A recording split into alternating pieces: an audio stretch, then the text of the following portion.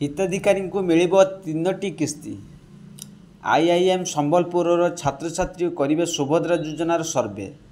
वंचित हिताधिकारी को मिल तीनोटी किस्ती। हेलो व्यूअर्स नमस्कार, मो कहला स्वागत करुच्ची पीके 7894 यूट्यूब चैनल। प्रथम थर पर चैनल को विजिट कर लाइक शेयर सब्सक्राइब करिए, पाखर दिया बेल आइकन देवे ऑल नोटिफिकेशन ऑन करिए, जहाँफल नुआ नुआ वीडियो पाइपर। चलतु पूरा खबर जानिबा।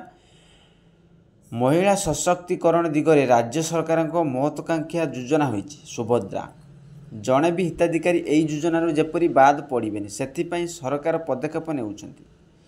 हिताधिकारी को चिन्हट करने पुणी सर्वे करेंगे राज्य सरकार।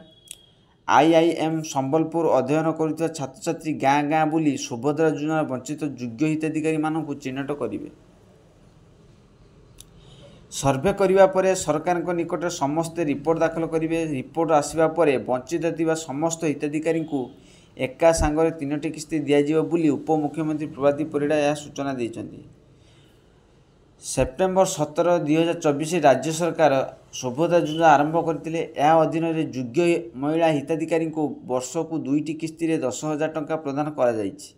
गोटे किस्ती मार्च 8 महिला दिवस और द्वितीय किस्ती राखी पूर्णिमा दि जाउछि। वर्तमान सुधा यही योजना कोटिएरु अधिक हिताधिकारी को टंका ट्रांसफर कर। सुभद्रा योजन 1,65,877 जन महिला प्रथम किस्ती टंका पाइथिले। सेहीपरि 98,82,092 जन महिला द्वितीय किस्ती टंका पाइथिले। एप्रिल 24 पुरी रे तालबणिया ठारे जातीय पंचायत राज दिवस 2025 जातीय स्तरीय समारोह 1,70,000 हिताधिकारी बैंक अकाउंट को 2टी किस्ती टंका जमा कर थरके 10,000 टंका मिलता। आशा करी वीडियो भल लगे लाइक शेयर सब्सक्राइब करी बेल आइकन दबाइए।